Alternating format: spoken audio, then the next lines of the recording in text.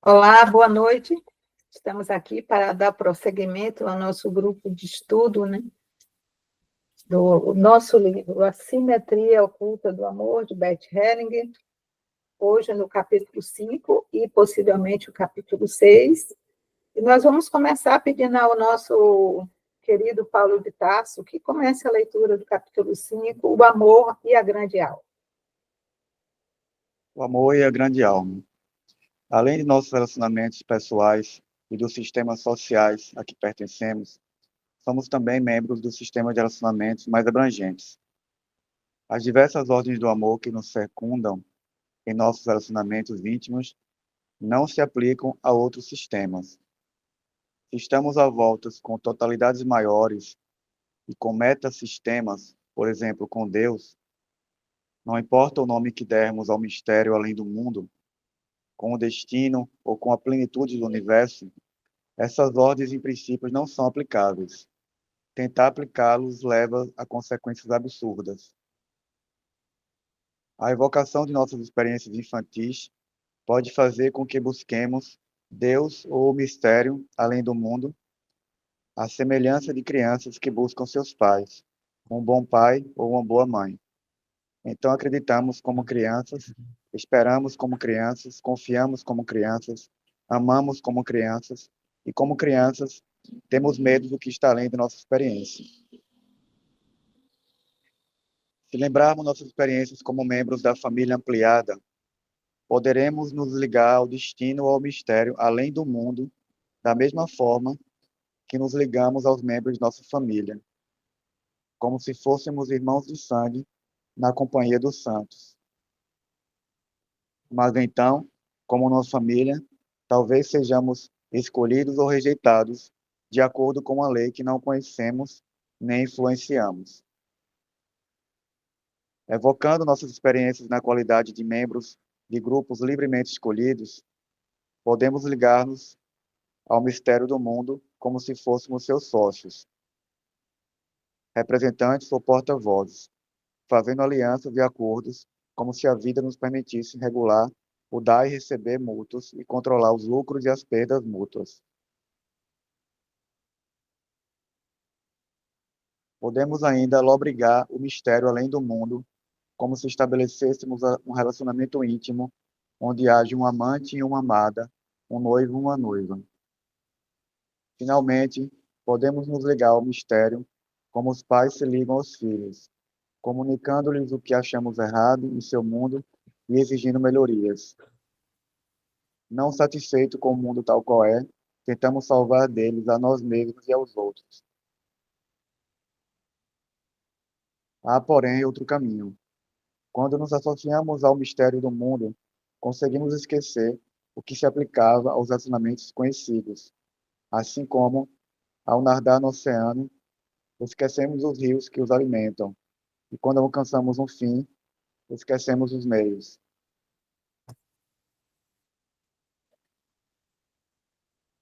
Leu a poesia? Ausência e presença. Um monge, saindo em busca do absoluto, aproximou-se de um vendedor no mercado e pediu-lhe comida. O vendedor observou por um momento e, dando-lhe o que podia dar, perguntou-lhe: Como se explica que me peças o de que precisas para sobreviver e, mesmo assim, te permites achar a mim e ao meu negócio coisas insignificantes em comparação contigo e com o que é teu? O monge respondeu: Em comparação com o absoluto que procuro, de fato, tudo mais parece insignificante. O vendedor não ficou satisfeito e fez outra pergunta. Se esse absoluto existe, está além do nosso alcance. Portanto, como ousar buscá-lo, como se ele pudesse ser encontrado no fim de uma longa estrada? De que modo tomar posse dele, ou pretender ter dele um quinhão maior? Ao contrário, se esse absoluto existe, como poderia alguém distanciar-se dele e ficar excluído de sua vontade e zelo?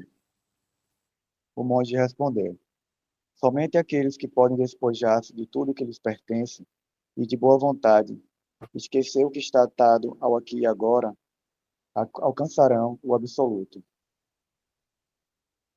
Não convencido ainda, o vendedor o pôs à prova com outro raciocínio.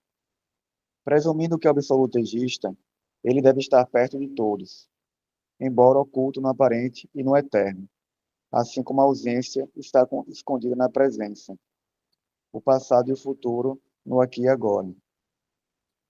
Comparado ao que está presente, e se nos afigura contingente e fugidio, o absoluto parece limitado no espaço e no tempo, como o passado e o futuro, em comparação com aqui e agora. Mas o que está ausente só se mostra no presente, como o passado e o futuro só se mostram no aqui e agora. Como a noite e a morte, o absoluto encerra, oculto para nós, algo que ainda virá. Há, porém, momentos em que, no piscar de olhos, o absoluto ilumina de súbito o presente, como o relâmpago ilumina a noite. Assim também, o absoluto se aproxima de nós, no atual aqui, e ilumina o agora.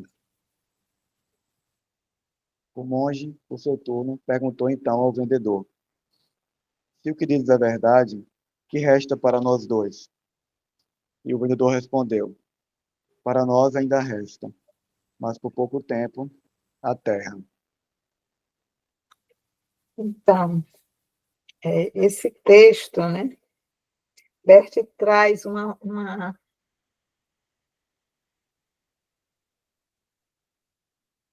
coisas que é interessante a gente observar sobre como nós queremos, né, colocar as coisas tudo numa caixinha para que a gente possa entender, né? Então, o que rege os relacionamentos no sistema, nós queremos que encaixe em outro, né?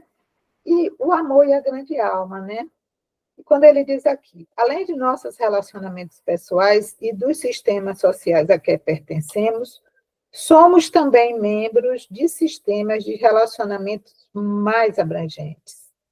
As diversas ordens do amor que nos secundam em nossos relacionamentos íntimos não se aplicam a outros sistemas. Se estamos às voltas com totalidades maiores e com metasistemas, por exemplo, com Deus, não importa o nome que dermos ao mistério além do mundo, com o destino ou com a plenitude do universo.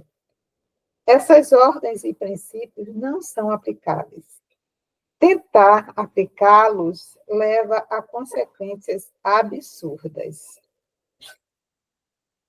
A evocação de nossas experiências infantis pode fazer com que busquemos Deus ou o mistério além do mundo, a semelhança de criança que buscam seus pais, um bom pai e uma boa mãe. Então, acreditamos como crianças, esperamos como crianças, confiamos como crianças, amamos como crianças. E como crianças, temos medo do que está além da nossa experiência. Então, nós começamos a querer colocar, né? E aqui ele fala, inclusive, né, ele falando da questão da religião. Na página 190 do meu livro, ele diz: podemos ainda lobrigar o mistério além do mundo como se estabelecêssemos um relacionamento íntimo, onde haja um amante e uma amada, um noivo e uma noiva. Finalmente, podemos nos ligar ao mistério como os pais se ligam aos filhos, comunicando-lhe o que achamos errado em seu mundo e exigindo melhorias. Não satisfeitos como o mundo tal qual tentamos salvar a nós mesmos e aos outros, né? E ele diz aqui, há porém outro caminho. Quando nos associamos ao mistério do mundo, conseguimos esquecer o que se aplicava aos relacionamentos conhecidos. Assim como ao nadar no oceano, esquecemos os rios que o alimentam e quando alcançamos o fim, esquecemos os meios. Ele faz uma analogia aqui com os frades, né, os padres, as freiras, né? Que as freiras são noivas de Jesus, né? São casadas com Jesus, né? Que é uma maneira de de tornar o mistério como algo conhecido, né?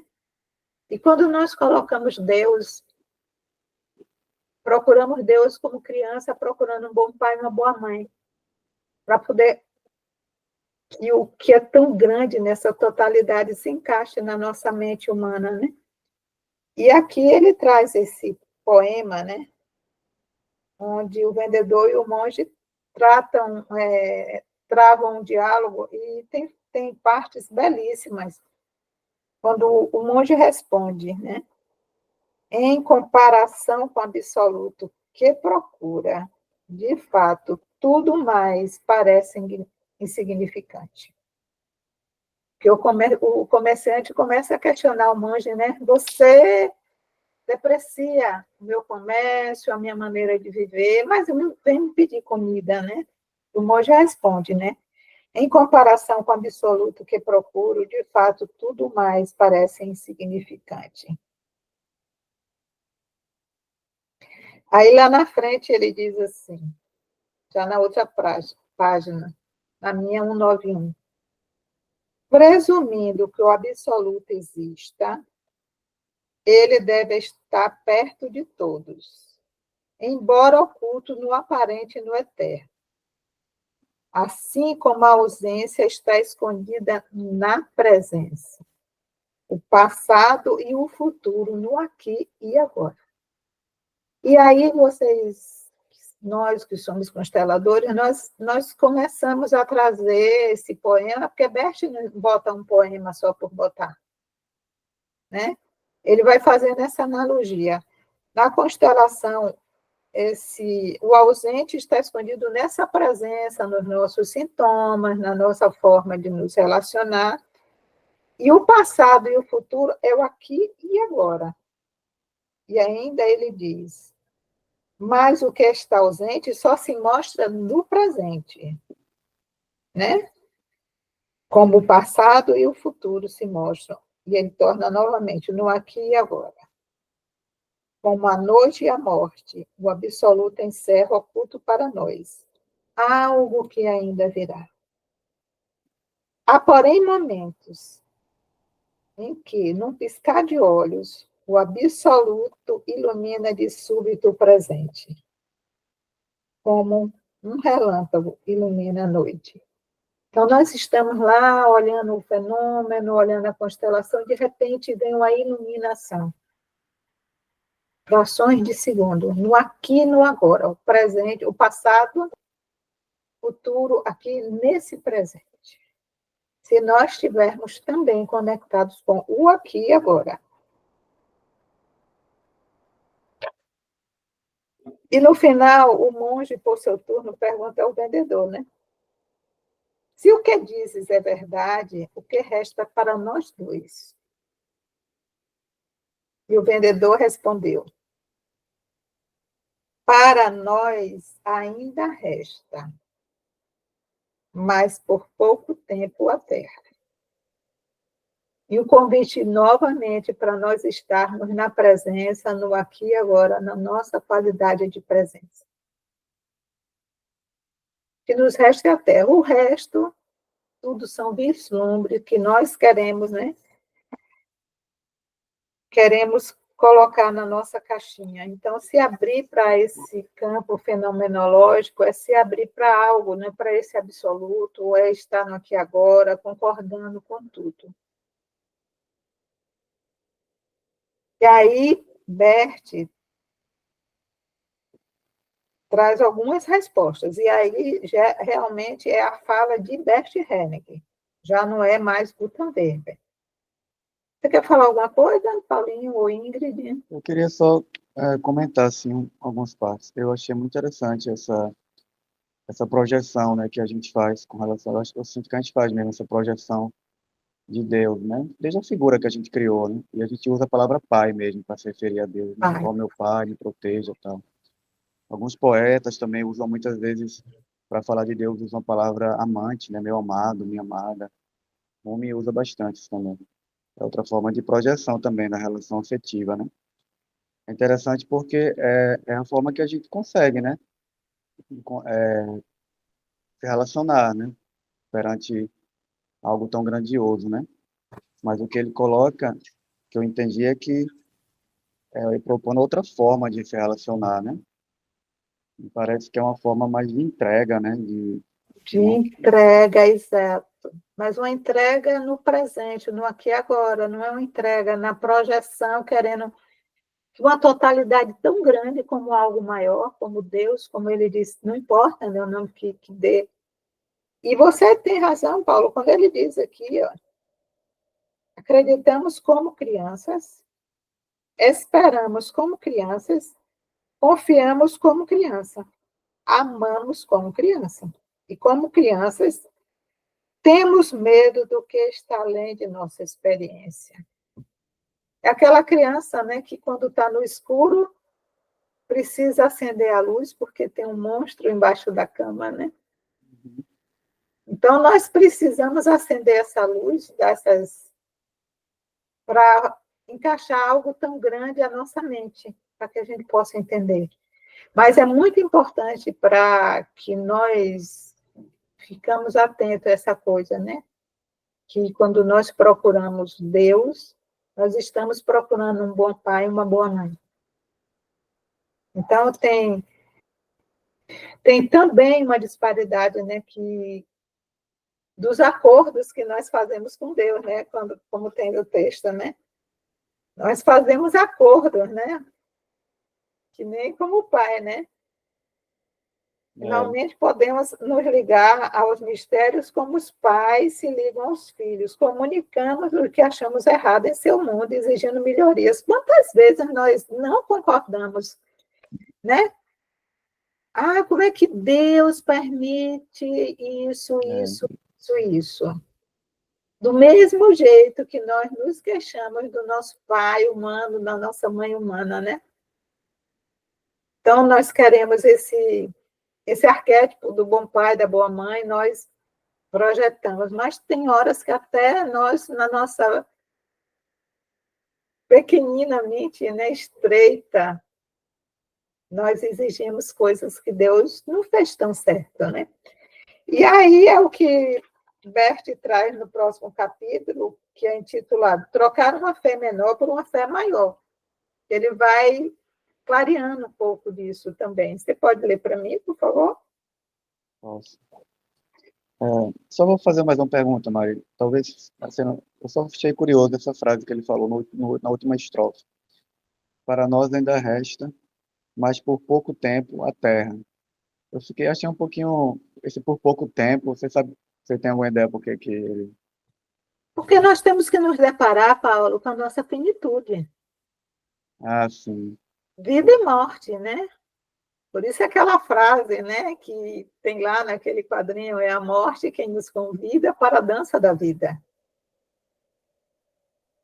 Ah, quis trazer a finitude da E o pessoa humana mesmo. constelador, para nós trabalharmos com a constelação, nós precisamos ter isso muito claro dentro de nós. Nós Sim. vivemos vida e morte.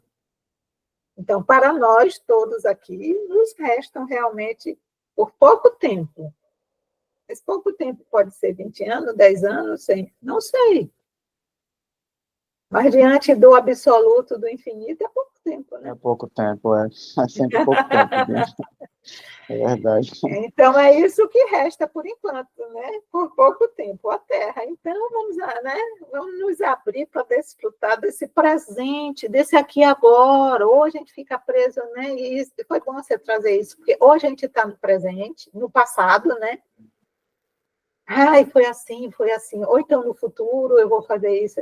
E todo o poema é nos convidando para o aqui e agora. Uhum, Na ausência tem o presente, no passado e no futuro tem o aqui e agora. Então, esse convite para o aqui e agora, para a qualidade de presença. uhum, perfeito. Trocar uma fé menor por uma fé maior.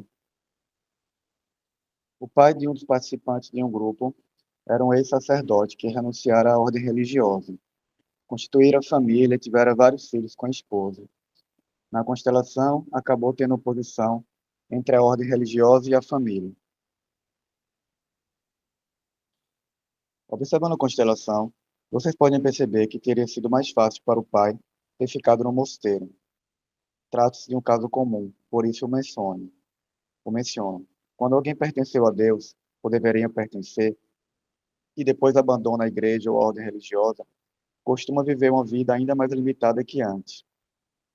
Isso é mais notório com católicos do que com protestantes, pois as restrições são maiores. O celibato. Essas pessoas só conseguem deixar a igreja rompendo totalmente com ela, isto é, trocando uma fé menor por uma fé maior. A fé é nociva quando nos ensina que podemos pertencer a Deus de um modo especial, que Deus se tornará colérico e vingativo se agirmos de acordo com a criação. Crença e descrença, como culpa e inocência, estão estreitamente ligados na alma. Assim como entre a culpa e a inocência, debatemos continuamente entre crença e descrença. Segundo uma crença religiosa, o mundo é mau. Se eu adotar essa crença, terei de me divorciar da criação tal qual é, e implicitamente do Criador. Para tanto, deveria afastar-me de tudo quanto vejo e experimento, voltando-me para outro Deus sobre o qual sei apenas o que outros afirmaram ter sido revelado. É tudo quanto poderei saber sobre esse Deus. Não tenho experiência pessoal dele, só disponho de palavras alheias. Portanto, a crença nesse Deus não passa, afinal de contas, de uma crença em afirmações de outrem, cujo testemunho passa a ser coercitivo para mim. Se eu quiser adorar e seguir esse Deus, precisarei esquecer e negar o que toco e vejo, além de confiar no que outros acreditam ter-lhe sido revelado. Essa religião é transmitida pela cultura e pela tradição familiar. As pessoas a adotam principalmente porque a família adotou. Renunciar a ela é renunciar à própria família. Assim se explica porque os que se afastam desse tipo de religião têm os mesmos sentimentos de culpa, sejam muçulmanos, católicos, judeus, protestantes ou budistas. Portanto, essa fé nada tem a ver com os conteúdos do catolicismo, do protestantismo, do islamismo ou do budismo. É mera questão de lealdade ou deslealdade para com a família, não uma experiência concreta de Deus ou da grande alma. A religião e a fé, baseadas na aceitação do mundo tal qual é, unem a humanidade, ao passo que a fé de um determinado credo ou grupo ergue barreiras entre as pessoas.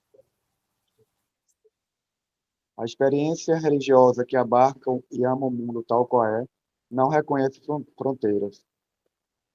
Aqueles que aceitam e amam a terra tal qual é, não podem confinar-se num único grupo. Eles vão além dos limites de um grupo em particular e abraçam a totalidade do mundo assim como é. O amor à terra e o movimento que esses amantes empreendem para ir além do grupo e alcançar a totalidade do mundo, nada tem que ver com a crença que teme, odeia e divide. Esse amor abarca, sustenta e acata a diversidade na unidade da vida.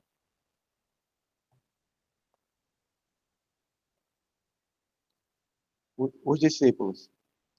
O homem nasce em seu país, em sua cultura, em sua família. Ainda criança, encantam-lhe as histórias sobre aquele que foi seu profeta e Senhor, e ele deseja ardentemente assemelhar-se a esse ideal. Ele passa por um longo período de aprendizado até se identificar plenamente com seu modelo, até começar a pensar e a falar como ele. Mas, a seu ver, ainda falta uma coisa. Portanto, empreende uma jornada rumo à mais solitária das regiões, esperando cruzar a fronteira final. Em seu caminho, passa por velhos jardins e há muito abandonados. Rosas silvestres ainda crescem na espessura e os frutos que caem das altas árvores, todos os anos, se perdem. Ninguém está ali para recolhê-los. E ele prossegue. Chega à fímbria do deserto. Logo se vê cercado pela solidão desconhecida.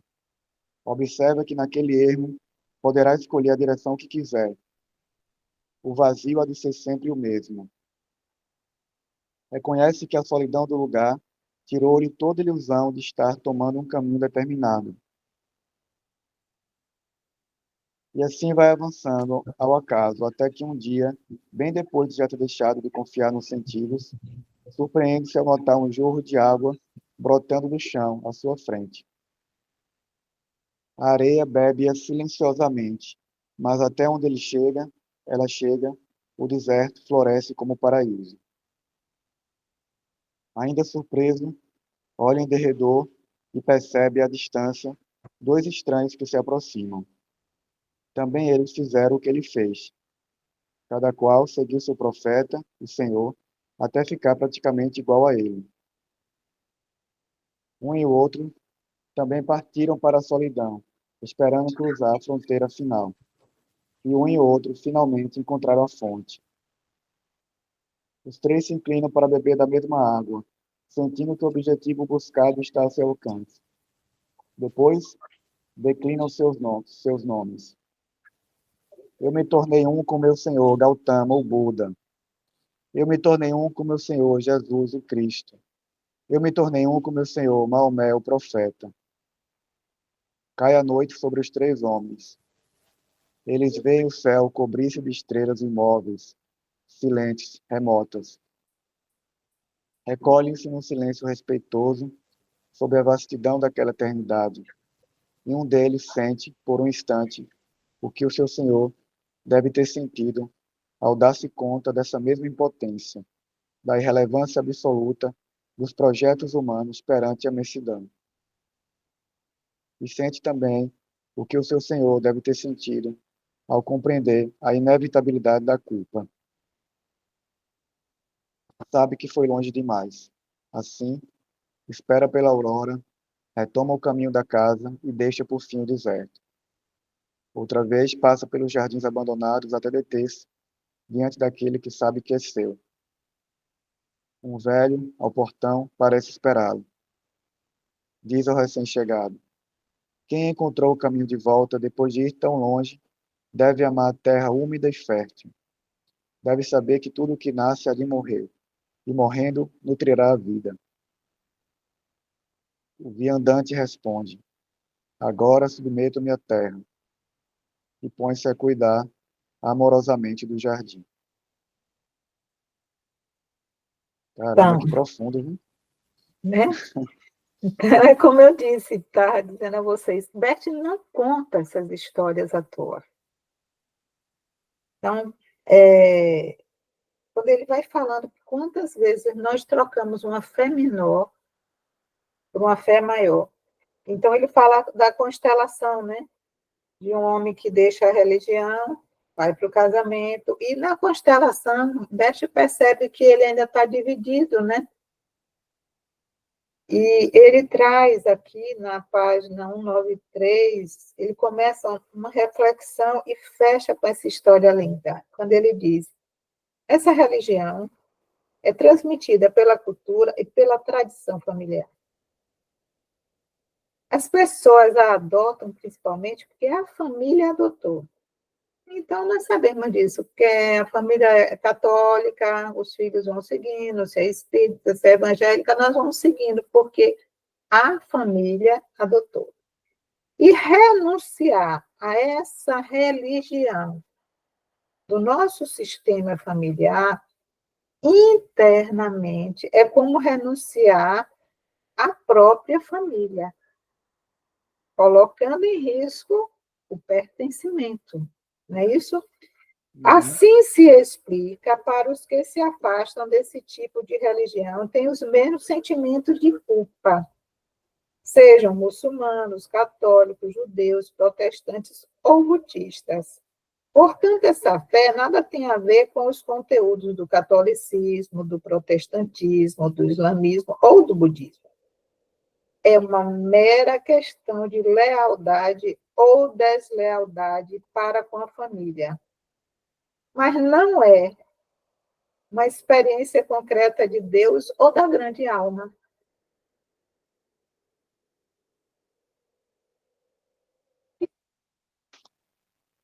A fé baseada na aceitação do mundo tal qual é, unem a humanidade. Ao passo que a fé de um determinado credo ou grupo ergue barreiras entre as pessoas. Gente, isso é forte. A religião e a fé, baseadas na aceitação do mundo tal como é, unem a humanidade. Então, é assim, é como é. Ao passo que a fé de um determinado credo ou grupo ergue barreiras entre as pessoas, ou seja, serve para separar a experiência religiosa que abarca e ama o mundo tal como é, não reconhece fronteiras. Aqueles que aceitam e amam a terra tal qual é, não podem confinar-se num único grupo. Eles vão além dos limites de um grupo em particular e abraçam a totalidade do mundo assim como é. O amor à terra e o movimento que esses amantes empreendem para ir além do grupo e alcançar a totalidade do mundo nada tem a ver com a crença que teme, odeia e divide. Esse amor abarca, sustenta e acata a diversidade na unidade da vida. Então, nós vimos aí 3 homens, né, em busca da fé. E eles largam tudo e vão buscando essa fé, atravessam desertos e se reúnem, né? 3 homens, e bebem da fonte. Eles bebem da mesma fonte. Que fonte é essa? E lembram que um dos livros de Bert é a fonte não precisa perguntar pelo caminho, a fonte simplesmente segue, né? E aí eles se inclinam para beber da mesma água, sentindo que o objetivo buscado está a seu alcance. Depois desclinam seus nomes. Eu me tornei um com o meu Senhor, Gautama, o Buda.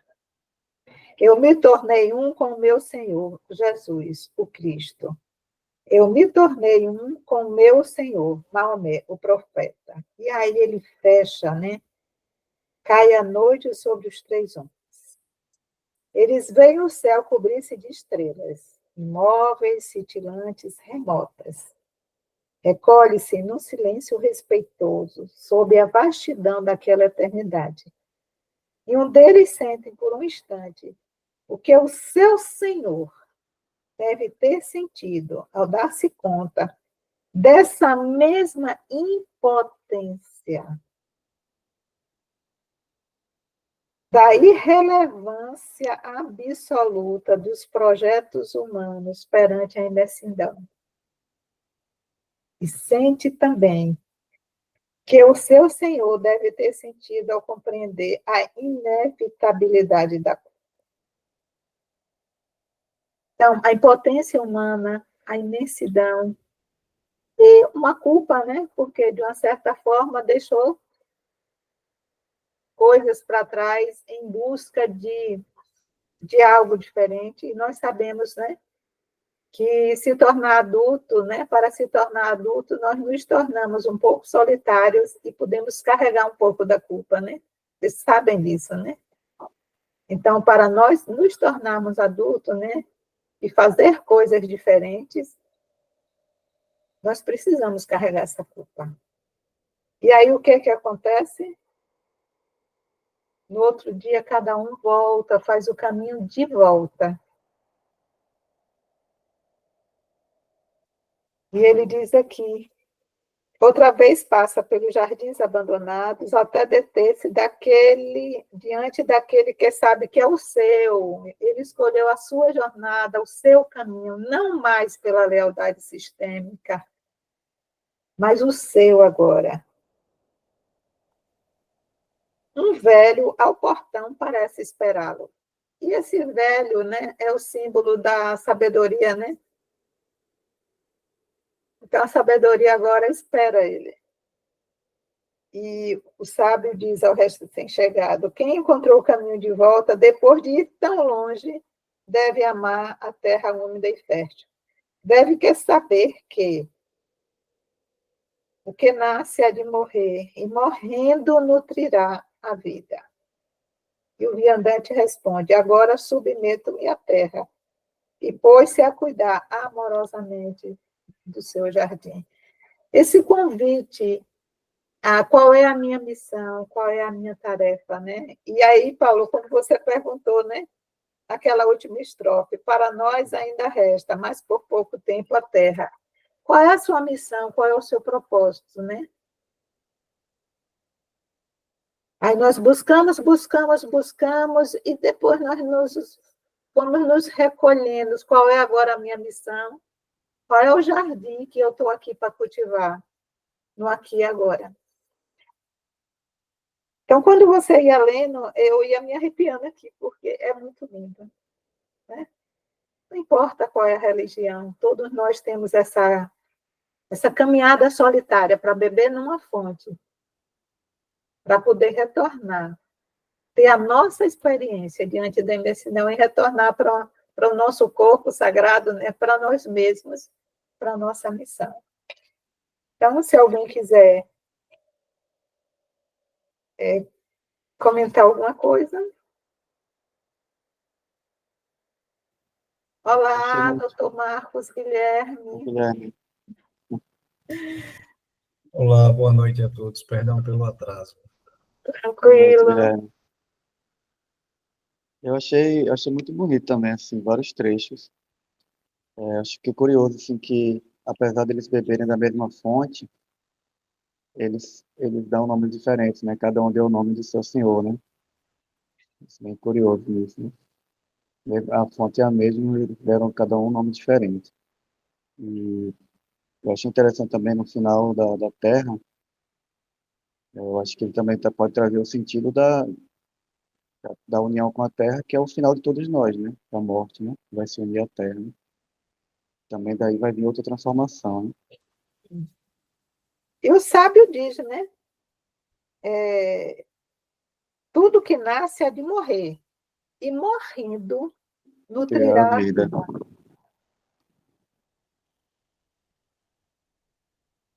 Eu senti essa coisa que às vezes a gente tem de buscar grandes coisas, né? Projetos grandiosos, e ele traz a coisa do simples, né? Do aqui e agora, o simples, não precisa ir tão longe. E quando ele se Interessante dá também conta que da impotência, né, Paulo?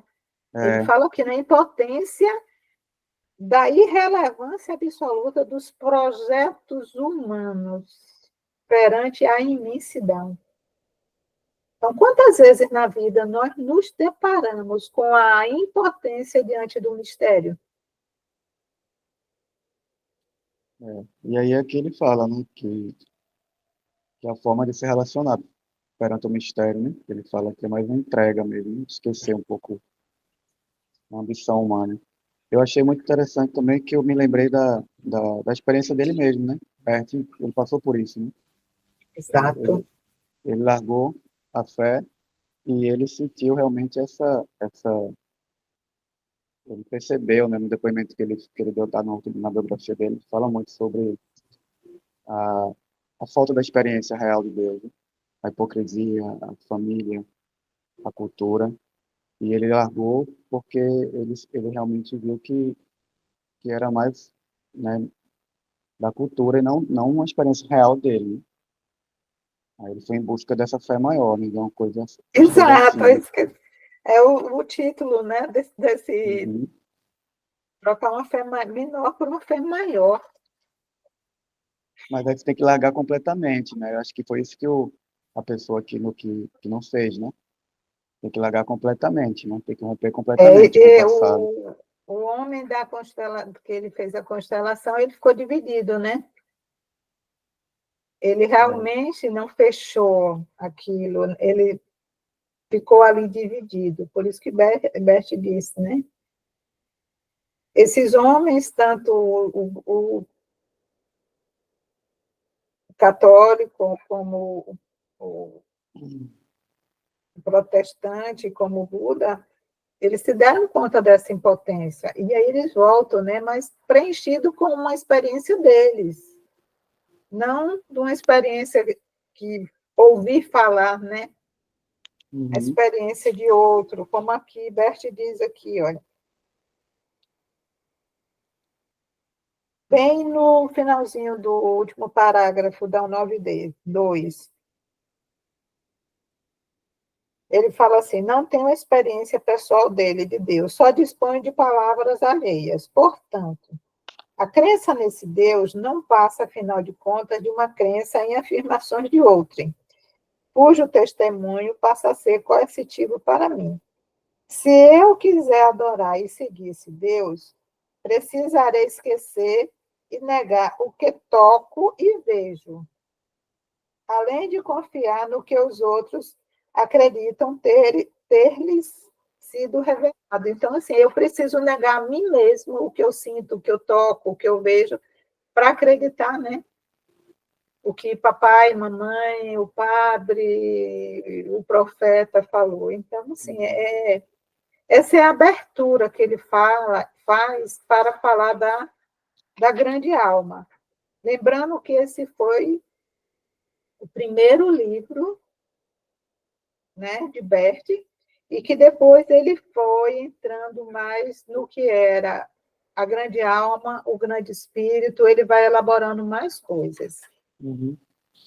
Podemos avançar? Podemos. Você pode ler o transcrito? Posso. Grace, no meu coração, você está vivo.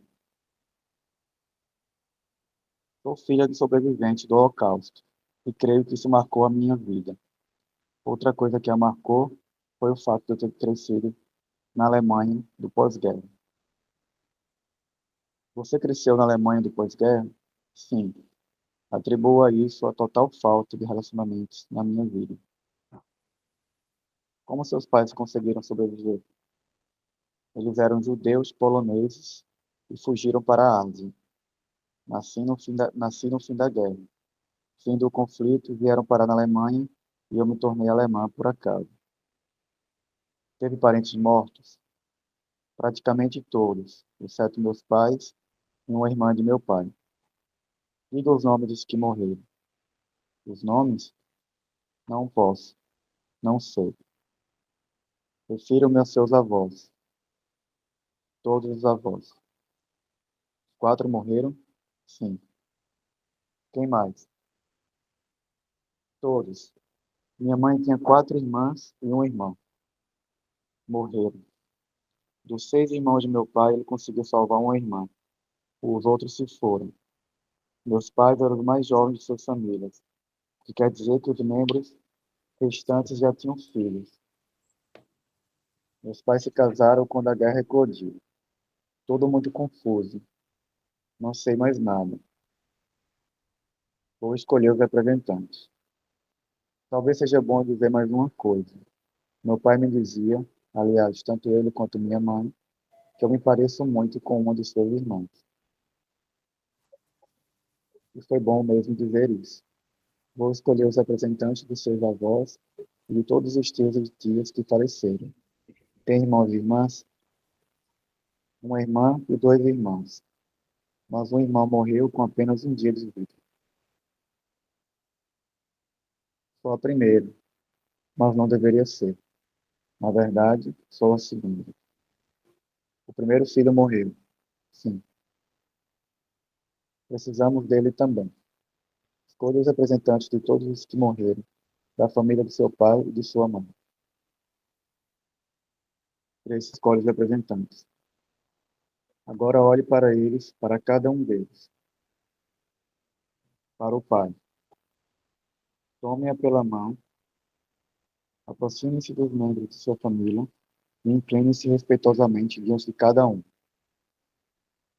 Grace e o pai fazem profunda reverência ao avô paterno. Helen para Grace. Não há pressa. Use o tempo que for necessário. Longo silêncio. Olhe para ele e diga-lhe: querido vovô. Grace começa a chorar. Querido vovô, olhe para mim. Grace ainda chorando. Olhe para mim. Afetuosamente. Afetuosamente. Ainda estou viva. Ainda estou viva. Considero a minha vida um dom especial. Considero a minha vida um dom especial. No meu coração, você está vivo. No meu coração, você está vivo. Grace e o avô paterno se abraçam. Helen para Grace. Respire profundamente. Para o pai, após longa pausa. Leve-a para junto da avó e faça a mesma coisa. Grace e o pai curvam-se profundamente diante da avó paterna. Diga, querida vovó, eu a reverencio, eu a reverencio. Por favor, seja afetuosa enquanto eu estou viva e você está morta. Por favor, seja afetuosa enquanto eu estou viva e você está morta. Vá até ela. Grace e a avó paterna se abraçam. Agora, curvem-se diante de todos com respeito e amor. Grace e o pai fazem profundas reverências às tias e tios paternos. Para a mãe. Toma-lhe a mão e vá para junto de seus pais, irmãos e irmãs. Curvem-se diante deles profundamente. Grace e a mãe curvam-se diante do avô materno. Grace e o avô se abraçam. Para Grace. Peça-lhe a bênção. Por favor, abençoe-me. Diga, você tem um lugar no meu coração. Você tem um lugar no meu coração. Em mim, você ainda está vivo. Em mim, você ainda está vivo. Para Grace. Agora vá até sua avó. Grace e a avó materna se abraçam. A seguir, Grace e a mãe fazem reverências às tias e tios maternos, abraçando-as depois. Agora abrace seu irmão. Ela abraça o irmão falecido. Vou colocá-lo entre seus pais. Olhe para seus pais e para sua mãe. Como está se sentindo? Agora, sinto-me seguro. Quero dizer uma coisa ao meu irmão. Pois diga, você escolheu a saída mais fácil. Diga-lhe, eu o perdi. Eu o perdi. Você é o meu irmão mais velho. Você é o meu irmão mais velho. Sou a sua irmãzinha. Sou a sua irmãzinha. Helen para os representantes. Quero saber qual foi a experiência de vocês. Avô paterno. Muito triste, muito comovente, mas ainda assim me sinto feliz e alegre por ela estar viva. Avó paterna. Fiquei feliz e pensei, sua tolinha, vá viver sua vida, não se preocupe conosco. Irmão mais velho do pai. Senti-me triste e comovido, mas afetuoso para com ela, querendo-lhe bem. Segundo irmão do pai. Fiquei muito triste, mas de coração aberto para ela. Terceiro irmão do pai. Senti-me triste, agitado como um motor em movimento. A certa altura foi como ficar diante de um pelotão de fuzilamento. Irmã mais velha do pai. Senti-me profundamente comovido e feliz pela oportunidade de encontrar você e saber que está vivo. Segunda irmã do pai. Senti muita tristeza e queria você vivo. Avô materno. Muito comovido, uma mescla de alegria, tristeza e orgulho. Avó materna. A princípio senti-me triste, depois orgulhosa e por fim excitada quando todos nos abraçamos. Irmã mais velha da mãe. Senti-me trêmula, agitada, muito excitada por encontrá-lo. Segunda irmã da mãe. Meu coração chegou a doer, mas em seguida fiquei feliz por poder abraçá-lo. Terceira irmã da mãe. Senti o coração cheio de amor e esperança ao saber que você estava realmente vivo. Quarta irmã da mãe. Senti-me triste e queria abraçá-lo. Irmão da mãe. Fiquei triste por ignorar se você sabia quando e onde exatamente eu morri, mas também muito feliz por poder voltar e nos ver. E o pai, te senti. Muito amor pela minha filha e gratidão por ela encontrar meus pais, meus irmãos e irmãs, a quem pude representá-las convenientemente pela primeira vez. Isso significou muito para mim. E a mãe, sobretudo nos últimos minutos, percebi uma luz na minha filha. Meu coração ardia por essa luz, pois perdi muitos entes queridos e sabia que pelo menos ela estava viva. Viva. E o irmão, a princípio fiquei bastante isolado, mas depois notei que me reconheciam e precisavam de mim. Senti-me então um irmão e um protetor. Helen, desejo-lhe todo bem e toda a paz possível. Obrigado. Na Alemanha ensina-nos que não devemos esquecer, devemos recordar o que aconteceu. Frequentemente somos censurados por pessoas que se julgam superiores, o que produz péssimo efeito na alma.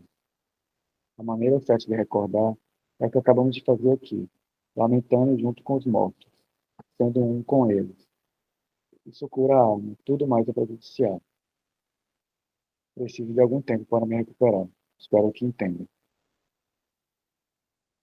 Então, nós vimos aqui uma constelação clássica que Bert conduz, coloca os representantes nos lugares, e ele vai fazendo o que nós vimos no último módulo, né? Que é reconhecer, honrar e pedir permissão para fazer diferente. Então, nós vimos aqui, são 18 representantes. E ele colocou todo mundo, mas vocês verem que ele não deixa seguir movimento, nem ninguém seguir o movimento do espírito, nem seguir o corpo, tudo ali. E ele vai dando as frases de cura, e como ele diz, lamenta, né? Lamentando junto com os mortos. E depois, já no finalzinho, aí ele pergunta, eu quero saber qual foi a experiência de vocês. Então, ele pergunta como é que o avô materno se sente, a avó, o irmão mais velho, e aí ele faz o fechamento. Para vocês, como é que foi acompanhar essa constelação?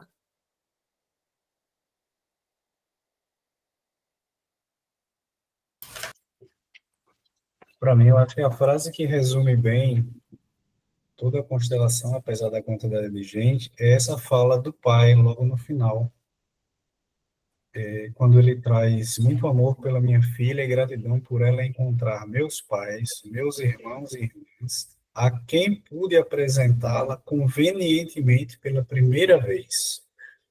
Isso significou muito para mim. Ou seja, foi uma oportunidade que a filha teve de olhar para todos os entes, né, esses antepassados mais próximos, fazer uma reverência a eles, né, com muito respeito, com muito amor, e aí eu acho que nessa fala do pai tem o espírito dessa constelação. E esse tipo de constelação ainda é usada quando, num trabalho de grupo, tem, tem alguém que não sabe qual é o seu lugar na família. Então, muitas vezes, nós ordenamos os irmãos. E, às vezes, aparece um buraco entre um e outro. Nenhum representante entra ali. Então, às vezes, ali tem um excluído, que não foi falado. Então, eu gosto de ir acompanhando e que vocês acompanhem isso, né, essa maneira de Bert, que Bert trabalhava no começo, porque vocês vão tendo uma ideia de como foi a constelação clássica até chegar à nova constelação. Pode ser que numa nova constelação ele colocasse 2 representantes, ela e o irmão falecido, e depois colocasse o pai ou a mãe, mas a menor quantidade de gente. Mas eu já presenciei constelações assim, praticamente tinham 30 pessoas, quando tem questão de guerra, né, de vítimas, agressores, né? Então, era assim no começo, mas é interessante a gente olhar para que a gente fique com essa ideia geral de como as constelações foram evoluindo. E agora nós vamos para o capítulo 6, que é muito importante, por isso que eu pedi a quem chegou depois que nós fôssemos lendo, porque é muito importante que nós possamos compreender esses primeiros conceitos de Bert, que muitos são atuais até hoje. Só tem uma ou duas coisas que eu vou atualizar para vocês, que mudou a nomenclatura só. Você quer ler, Gui, ou Paulo, para ir revezando, para não ficar muito cansativo para Paulo? Pode Eu ler, posso Gui. ler. Obrigado. A postura terapêutica. O elemento mais importante para o sucesso do trabalho com sistemas é a postura do terapeuta. Mais do que aprender técnicas e procedimentos, os que desejarem atuar sistemicamente devem entender a orientação básica e os valores que orientam a tarefa.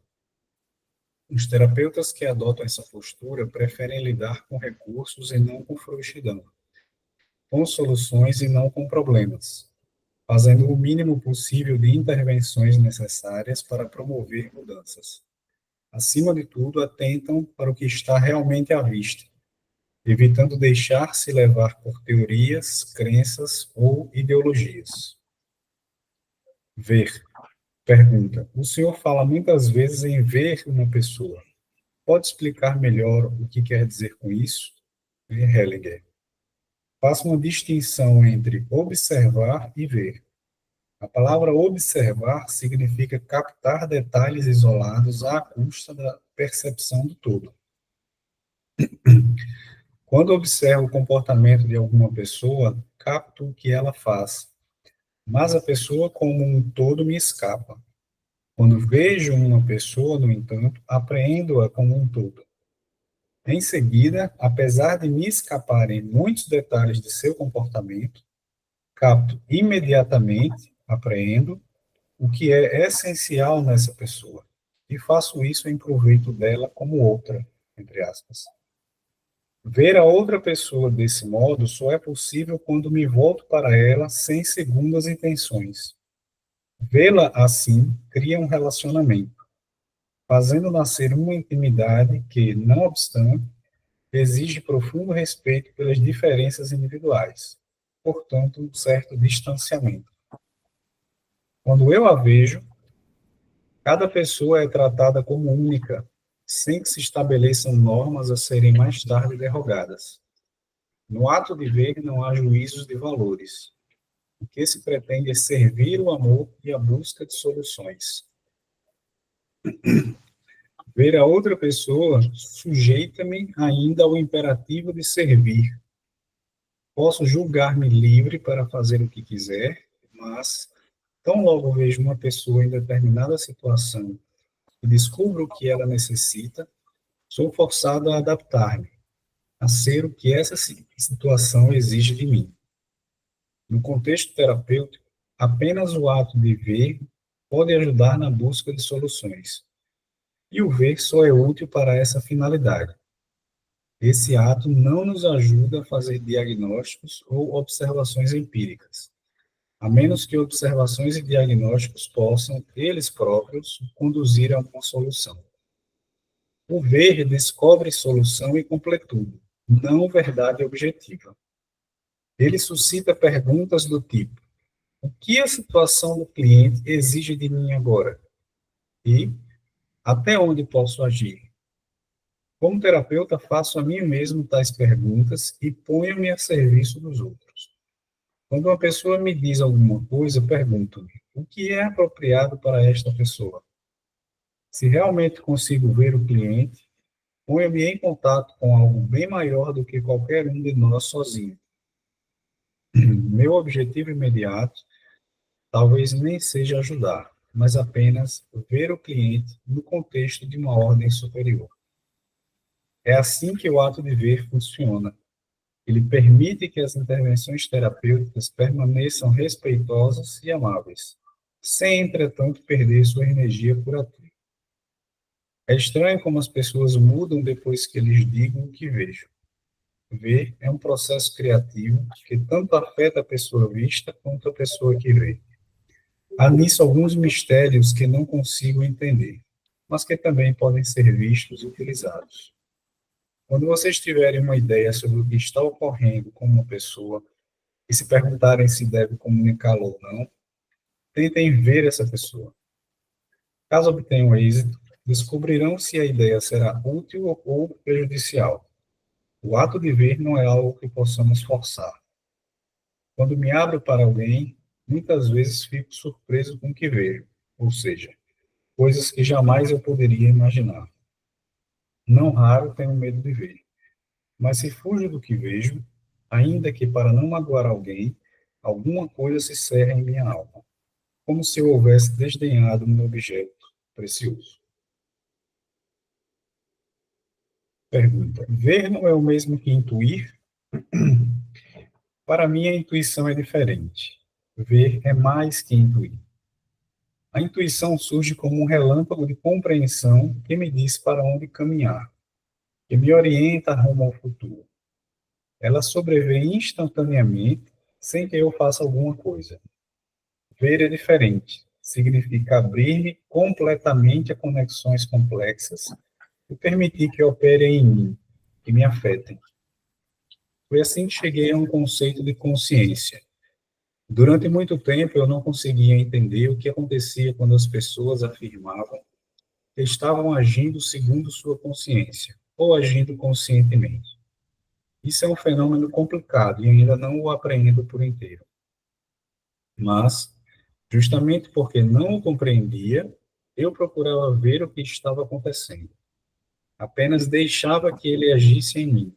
Prestava-lhe atenção, aceitava-o, mas sem interferir para tentar entendê-lo. Passaram-se anos e, de repente, percebi o que a consciência realmente é e como ela opera. A consciência é o órgão que percebe o equilíbrio sistêmico e nos ajuda a saber se estamos ou não em harmonia com o nosso sistema de referência. Adverte-nos se o que estamos na iminência de fazer irá nos excluir do sistema ou nos garantir a permanência nele. Descobri que consciência leve significa unicamente o sentimento de que estou habilitado a continuar pertencendo ao sistema. Consciência pesada nada mais é do que a inquietação de deixar de pertencer ao sistema. Então, em meio à complexidade dos fenômenos, a essência da coisa ficou clara para mim. E essa luz teve enorme efeito em tudo o que fiz. Chamo esse processo de método fenomenológico. Ele só funciona quando não desejo alcançar um objetivo, confirmar uma crença, por exemplo, ou glorificar uma tradição. Trata-se de um método de conhecimento muito simples, humilde e elementar. Eis um poema que corrobora a minha descrição. Ainda que indiretamente ele aponta o caminho. O poema é um esboço de epistemologia terapêutica. Medida dupla. Um observador de detalhes perguntou a um vidente: como poderá a parte reconhecer o seu lugar no todo? Será o conhecimento da parte diferente do conhecimento da plenitude do todo superior? O vidente respondeu: as partes dispersas se tornam um todo quando cedem à pressão de seu centro, permitindo-lhe que as reúna. Sua totalidade as faz belas e reais. Para nós, essa totalidade é perfeitamente óbvia, um nada delicado, uma necessidade de agregar oculta no etéreo. Para conhecer o todo, não é preciso conhecer suas muitas partes, nem dizê-las, nem apreendê-las, nem praticá-las, nem mostrá-las. Chego a todos os pontos de uma cidade entrando por um único portão. Toco o gongo. Sua nota uniforme reverbera nos sinos menores. Apanho uma maçã e seguro-a na mão. Embora nada saiba de sua origem, como-a. O estudioso objetou: quem anseia pelo todo deve conhecer também suas partes. O sábio respondeu: apenas pelo que passou, todas as partes podem ser conhecidas. A verdade brota do vazio para o ser. Ela é sempre nova e esconde sua finalidade em si mesma, como a semente esconde a árvore. Por isso, quem hesita em agir, esperando até saber mais, ignora o que funciona, como se o vir a ser justificasse a temeridade.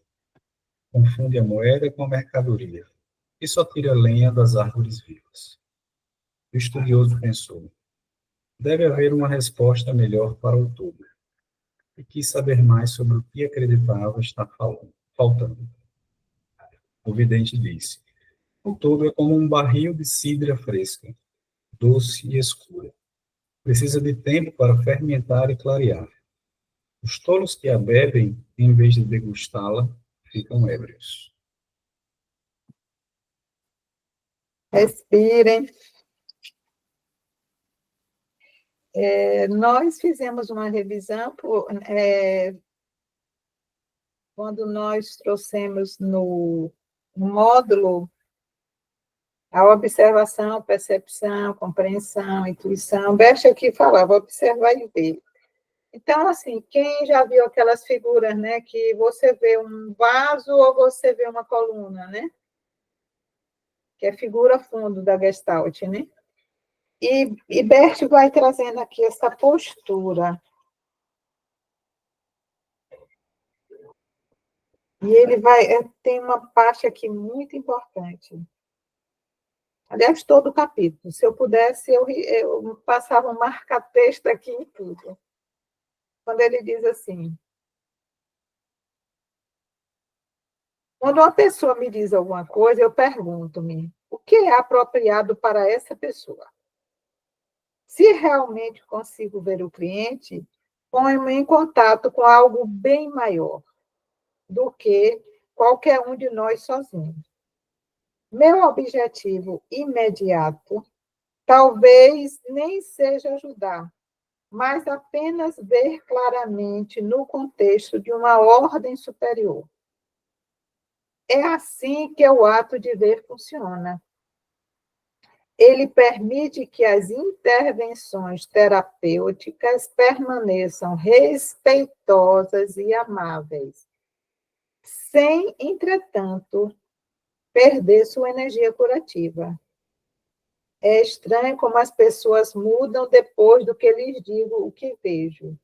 Ver é um processo criativo, que tanto afeta a pessoa vista quanto a pessoa que vê. Há nisso alguns mistérios que não consigo entender. Então, ele está aqui dizendo, eu não consigo entender. Mas que também podem ser vistos e utilizados. E aí ele chama a atenção, e eu vou linkar com o primeiro parágrafo lá quando começou. Quando vocês tiverem uma ideia sobre o que está ocorrendo com uma pessoa e se perguntarem se devem comunicá-la ou não, tentem ver essa pessoa. Caso obtenham êxito, descobrirão se a ideia será útil ou prejudicial. O ato de ver não é algo que possamos forçar. Quando me abro para alguém, muitas vezes fico surpreso com o que vejo, ou seja, coisas que jamais eu poderia imaginar. Não raro tenho medo de ver. Não raro tenho medo de ver, mas se fujo do que vejo, ainda que para não magoar alguém, alguma coisa se cerra em minha alma, como se houvesse desdenhado de um objeto precioso. E aqui, bem no primeiro parágrafo, né, quando começa o capítulo, o Gutenberg fala o seguinte: o elemento mais importante para o sucesso do trabalho com sistemas é a postura do terapeuta. Mais do que aprender técnicas e procedimentos, os que desejarem atuar sistemicamente devem entender a orientação básica e os valores que orientam a tarefa. Os terapeutas que adotam esta postura preferem lidar com recursos e não com frouxidão, com soluções e não com problemas, fazendo o mínimo possível de intervenções necessárias para promover mudanças. Acima de tudo, atentam para o que realmente está à vista, evitando deixar-se levar por teorias, crenças ou ideologias. Então, o Gutenberg nos chama atenção para o que nós vimos e comunicar o que nós vimos. Mas nós precisamos olhar e saber, assim, o que é apropriado para essa pessoa. E muitas vezes, Bert disse em alguns seminários assim, muitas vezes eu poupo alguns clientes de algumas coisas, porque ele sentia que aquele cliente ainda não dava conta de ver aquilo que ele viu. Então, nós precisamos estar bem atento para onde é frouxidão ou se realmente é ter cuidado com aquela pessoa. E alguém pergunta aqui, né, se não era mesmo que intuir. E ele diz, não, ver é mais do que intuir. A intuição surge como relâmpago de compreensão, que me diz para onde caminhar, que me orienta para o futuro.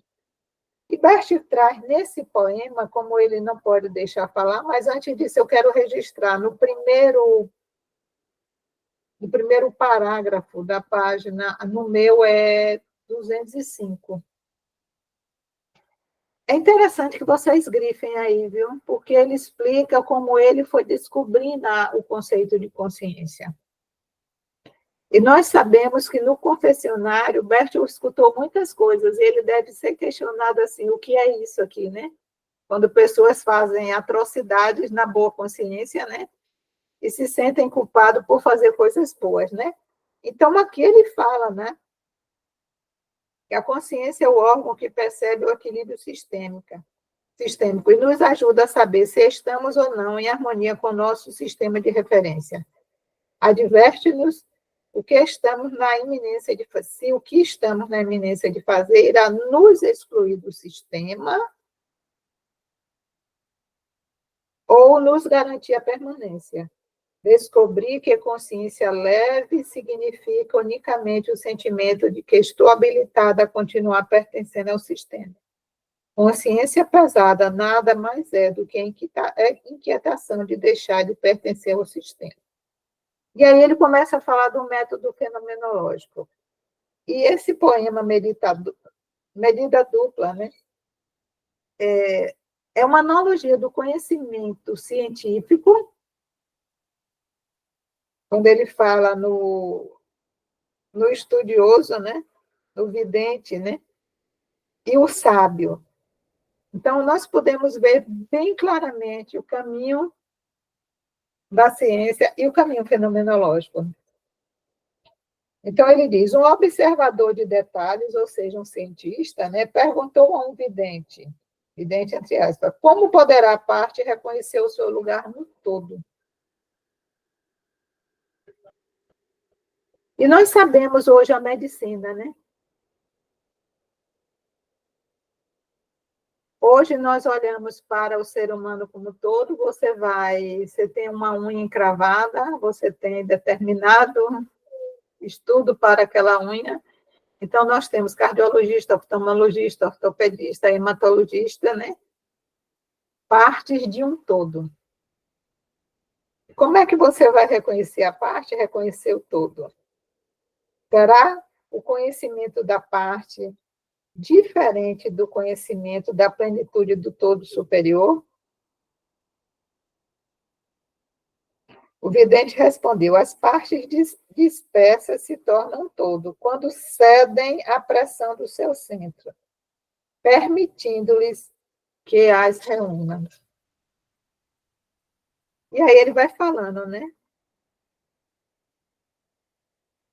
Ele diz assim, chego a todos os pontos de uma cidade, entrando por um único portão, toco o gongo. Sua nota uniforme reverbera. Nos sinos menores apanho a maçã e seguro-a na mão.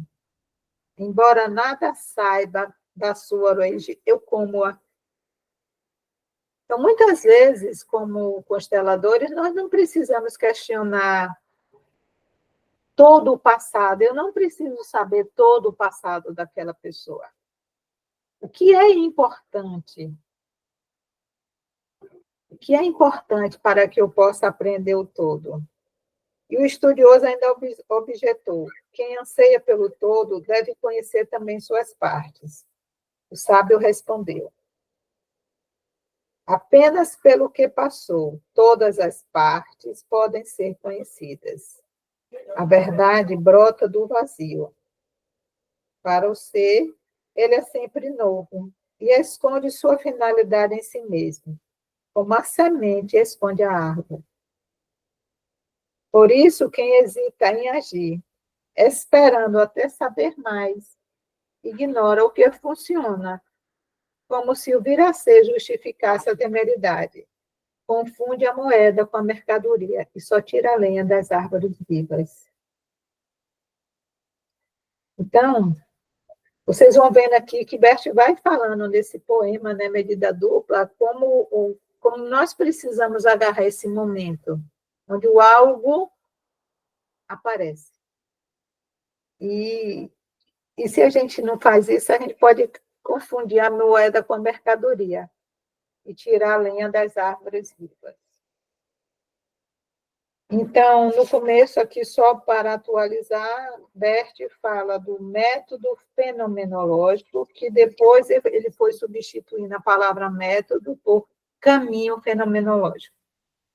A gente pode dar uma paradinha aqui e trocarmos alguma ideia sobre como foi isso aqui para vocês, se alguém pode contribuir com alguma coisa.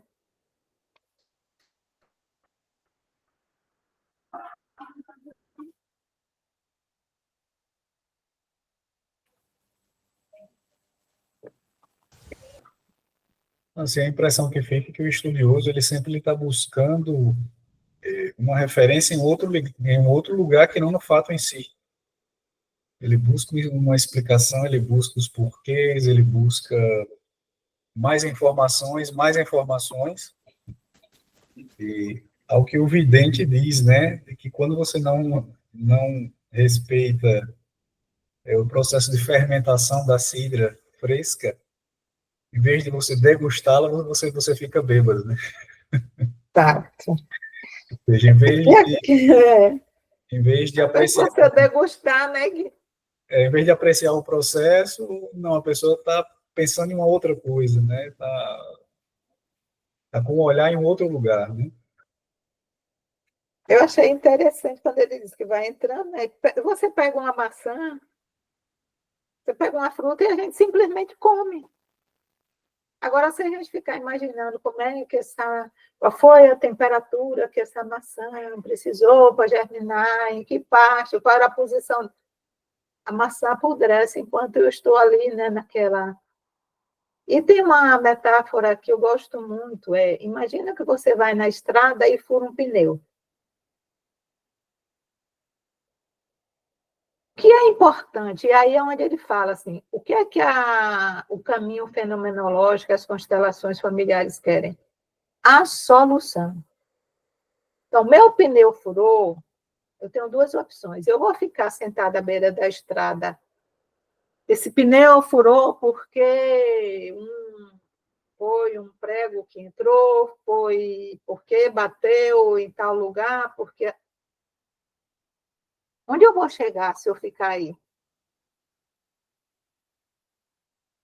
Realidade, o pneu furou. O que é que eu preciso fazer? Então, eu vou degustar esse vinho, eu vou comer essa maçã, vou trocar o pneu ou vou ficar olhando? Não, me fale mais do seu passado. Então, assim, muitas vezes é uma coisa bem pontual. É uma pessoa que diz, meu pai morreu, eu tinha 7 anos. Eu já tenho uma informação para trabalhar com aquele cliente. Mas lá na frente vocês vão ver assim, não preciso saber do sentimento e como é que meu pai morreu. Como aqui, no transcrito, teve o primeiro filho faleceu. Então vamos trabalhar isso. Vamos ver como é que isso ficou no sistema. Então, esse caminho fenomenológico e esse caminho do conhecimento, se a gente quiser juntar aí, vai ficar. Isso não significa que nós não precisamos estudar. Inclusive, para poder ver essa figura a fundo com uma maior clareza. Por isso que nós estamos aqui estudando. Alguém quer comunicar mais alguma coisa ou podemos mudar para diálogo de parceiros, que é maravilhoso também.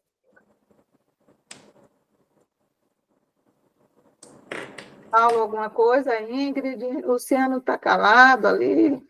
Eu tive só assim, mais uma impressão assim, como como é difícil, né, na prática, a gente alcançar essa postura fenomenológica, né? Essa capacidade de ver, que é que a gente precisa tirar muita coisa, né? E na prática, assim, eu acredito que, eu não sei, assim, exatamente se a gente pode às vezes confundir, né? Os julgamentos e as ideias com o ver, né? O ver, a gente tem que estar totalmente livre da teoria, de julgamento, é uma postura que, na prática, para a maioria das pessoas que não cultivam, né, uma meditação como nós e um trabalho muito profundo de autoconhecimento, eu acho que ficam contaminadas, não enxergam mesmo essa postura básica e aí não sei como é que o processo deve ir para um outro lugar, né? Daí a importância de nós participarmos de grupos, sermos representantes. Não vou falar de uma maneira bem rasa, não querer mostrar serviço, acompanhar aquilo, acompanhar estando ali no aqui e agora, sem a intenção de ajudar o cliente, mas assim, estar ali com aquele cliente. E durante esse capítulo todo, o Bert vai trazendo várias coisas sobre essa postura. O diálogo entre parceiros vai elucidar um pouco mais sobre essa nova postura, inclusive fazendo um contraponto com a psicoterapia tradicional, que muitos de nós que passaram pela psicoterapia, né, tradicional, nós temos que desver muita coisa que nós vimos, nos despojar dessa forma, desse conhecimento científico para entrar no caminho fenomenológico. Quem gostaria de ler Diálogo de Parceiros?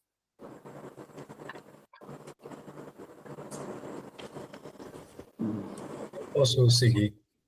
Ok, gratidão. Diálogo de parceiros. Pergunta. Há uma atmosfera particular em seus grupos, uma mescla de abertura, percepção crítica e confiança. Há também um forte senso de comunidade, mas ainda assim, cada qual está aqui por interesse próprio. Surpreende-me a franqueza com que as pessoas às vezes respondem com críticas e dúvidas. Hellinger. Pode-se dizer muita coisa num ambiente em que as pessoas são atentas, críticas e respeitosas. Se elas avaliam cada palavra minha, tenho de ser muito cuidadoso com o que digo. Por outro lado, sabendo que os participantes irão comparar meticulosamente minhas ideias com a sua experiência interior, em vez de aceitar tudo sem nenhum senso crítico, o risco que corro é grande. Quando o outro é meu parceiro na investigação da experiência, pode acontecer um diálogo entre iguais. A liberdade que tenho de correr riscos é uma função da minha confiança no outro, o que traz grandes benefícios para nós dois. A comunidade nos grupos só ocorre quando seus membros individuais estão concentrados e recolhidos em si mesmos. Não sendo assim, sua mente inconsciente fica inerme contra dinâmicas de grupo que podem aliená-los de si mesmos. Os mecanismos psicológicos que permitem que cada membro se concentre e a dinâmica de grupo que os vincula ao grupo maior são amplamente inconscientes. O processo de concentração e de agremiação faz com que todos os membros do grupo passem a ser partes do todo maior, sem com isso perderem sua personalidade. Concentração e agremiação são as bases de uma comunidade de pessoas. Sempre que se faz terapia num grupo de pessoas, ao mesmo tempo, centradas em si mesmas e conectadas umas às outras, tanto o cliente quanto o terapeuta sentem o apoio do grupo maior e ficam seguros para permitir que o trabalho alcance uma força que seria assustadora na terapia individual. Pensamento holístico para além do bem e do mal. Pergunta. Ouvimos aqui as experiências de muitas pessoas e grande parte do que lhes aconteceu me parece puro mal. Refiro-me a abusos de crianças e coisas desse tipo. No entanto, o senhor aparentemente não faz julgamentos. Heringer. Quando vejo pessoas, vejo-as no contexto em que vivem, no quadro dos grupos maiores, nos grupos e subgrupos a que pertencem. Qualquer sistema de relacionamento é um todo. Se virmos as pessoas em seus contextos mais amplos, nossas percepções de liberdade de escolha, responsabilidade, bem e mal mudarão. Veremos então que a maior parte das más ações, se não todas, não são cometidas porque as pessoas são intrinsecamente más, mas porque se viram apanhadas numa trama em larga escala. O mal é, acima de tudo, uma função de problemas sistêmicos, não é realmente pessoal. Bem e mal acham-se ligados sistemicamente. Se quisermos trabalhar com pessoas de modo sistêmico, devemos assumir uma posição além dos juízos morais, uma posição que nos permita contemplar fenômenos sistêmicos maiores e seus efeitos nas pessoas. Quando, por exemplo, um membro se coloca em posição de superioridade moral, reclama para si mais direitos de pertencer ao sistema do que a pessoa julgada, chegando mesmo a contestar os direitos dela à participação. Isso sempre traz resultados desastrosos. Filosófico ou teologicamente, não tem sentido pensar que algumas pessoas já não pertencem à ordem superior do universo por causa de seu comportamento. As pessoas não escolhem os papéis que o destino as faz representar. Esses papéis, no entanto, geram consequências para o seu grupo maior. Os estudantes que integravam a Rosa Branca, por exemplo, pertenciam a um grupo extremamente fechado, à margem do grupo principal, e puderam agir como agiram por causa dos seus vínculos internos. A união no grupo capacitou-os a superar o medo da morte e a fazer o que fizeram. Se compararmos os estudantes da Rosa Branca com os nazistas, fica claro que os dois grupos valorizavam coisas diferentes, sendo diferente também o que um e outro exigiam de seus membros e consideravam bom. Não obstante, a dinâmica sistêmica que presidia a união nos dois grupos era quase a mesma. Se você agir como os outros, será aceito. Do contrário, será excluído. Os grupos a que pertencemos determinam o modo como agimos, e na maioria dos casos nós não os escolhemos. Do ponto de vista sistêmico, a diferença capital nas crenças individuais a respeito do bem e do mal é arbitrária. Nenhum grupo sabe o que é melhor para outros grupos maiores. Se os nazistas tivessem vencido, nós provavelmente consideraríamos os membros da Rosa Branca criminosos. Todavia, somos livres para vê-los como heróis porque os nazistas foram derrotados. Muitas crenças a respeito do bem e do mal são determinadas unicamente pelas normas do grupo. E é difícil para qualquer um romper essa limitação. Para que a pessoa rompa as limitações da moralidade de seu grupo, ela tem de identificar-se com uma ordem sistêmica mais ampla. Trata-se de um movimento verdadeiramente moral. E é necessário termos vontade e capacidade para suportar o sentimento de culpa e alienação que sobrevém quando violamos o que nossos amigos e familiares consideram bom. A psicoterapia sistêmica é mais simples e mais eficaz de evitar por completo os juízos morais, assumindo a postura de que todos são fundamentalmente bons e só praticam más ações quando enfrentam dificuldades. Desse modo, permanecemos livres para vê-los, para tentar compreender por que estão com problemas e descobrir o que é preciso fazer para livrá-los. Já que não nos sentimos moralmente superiores, podemos também observar como nos afetam enquanto trabalhamos com eles. Assim, cada qual preserva a igualdade e a dignidade humana. É bom em psicoterapia manter distância da ideia de perversidade pessoal. Entretanto, o que fizermos trará consequências. Arcaremos com a culpa e pagaremos o preço dos males que provocarmos, ainda que os provoquemos por pressão de dificuldades ou de crenças de nosso grupo. Pergunta. Gosto muito de uma parte de seu trabalho, o respeito. Você respeita as diferenças individuais que, em geral, consideramos boas ou más. Hellinger. Vou lhe dizer como faço isso. Estou sempre pensando numa boa solução. Segundo a Bíblia, conhecemos a árvore por seus frutos e o dia pelo seu fim. O importante é o desfecho. Quando vemos realmente, percebemos que quem clama a inocência quase nunca realiza boas obras. A realidade está sempre contrariando as nossas expectativas. Há uma norma básica na terapia sistêmica com relação ao bem e ao mal, que são geralmente o oposto do que as pessoas nos dizem. Poucas vezes encontrei uma exceção. Nas constelações em que o pai aparece como vilão, convém averiguar a destrutividade e as dificuldades da mãe. Quando a mãe é a vilã, convém observar imediatamente o pai. Pergunta: na Alemanha, durante a era nazista, as pessoas não tinham nenhum senso crítico, obedeciam como carneiros. Não quero dizer que eu faria melhor nas mesmas circunstâncias, e é justamente isso que torna tudo tão difícil para mim. Como decidir quando devo acreditar nas autoridades e submeter-me e quando duvidar e resistir?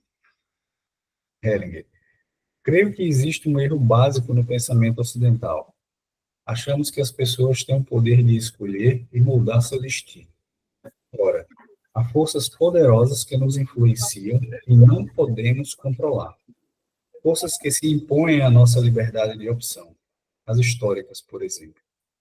Pensemos nas mudanças do bloco europeu oriental. Nenhuma pessoa provocou isso, nem mesmo Gorbachev. Um processo histórico vigoroso que envolveu milhões de criaturas, mudando suas vidas, quer elas o apoiassem ou não. Que julgamos destrutivos ou perversos é uma força desse tipo, que envolve as pessoas e as arrasta. O mal se presta a algo que está além da nossa compreensão e controle. Pergunta: mas que dizer da responsabilidade pessoal? A força do destino anula essa responsabilidade? Heringer: você pergunta em termos psicoterapêuticos ou éticos? Quando você considera alguém pessoalmente responsável, decide de maneira implícita que essa pessoa deveria ter agido de outra forma. Caso em que, então, as coisas seriam melhores. Decide de maneira implícita que sabe o que a pessoa deveria ter feito. Essa é uma postura de superioridade moral sem nenhum valor terapêutico. Se a pergunta for em termos psicoterapêuticos, será melhor ajudar a pessoa a encontrar uma solução que cure ou a corrigir o que estiver errado. Se a pergunta for em termos éticos, você prestará atenção ao passado, onde não há nenhuma liberdade de escolha. A pergunta terapêutica enfoca o presente, onde uma ação corretiva ainda é possível. Pergunta: quer dizer então que somos controlados pelo destino e não temos nenhuma liberdade de escolha, nenhuma responsabilidade? Hellinger: não exageremos. Essa foi sua experiência concreta ou está levando uma questão puramente hipotética? É claro que podemos influenciar o curso dos acontecimentos e somos responsáveis pelo que fazemos, ainda que envolvidos em uma situação fora do nosso controle. Contudo, só temos liberdade de escolha nas pequenas coisas. As consequências de nossos atos para os sistemas de relacionamento e o todo maior continuam sendo de nossa responsabilidade. E é a responsabilidade que realmente importa.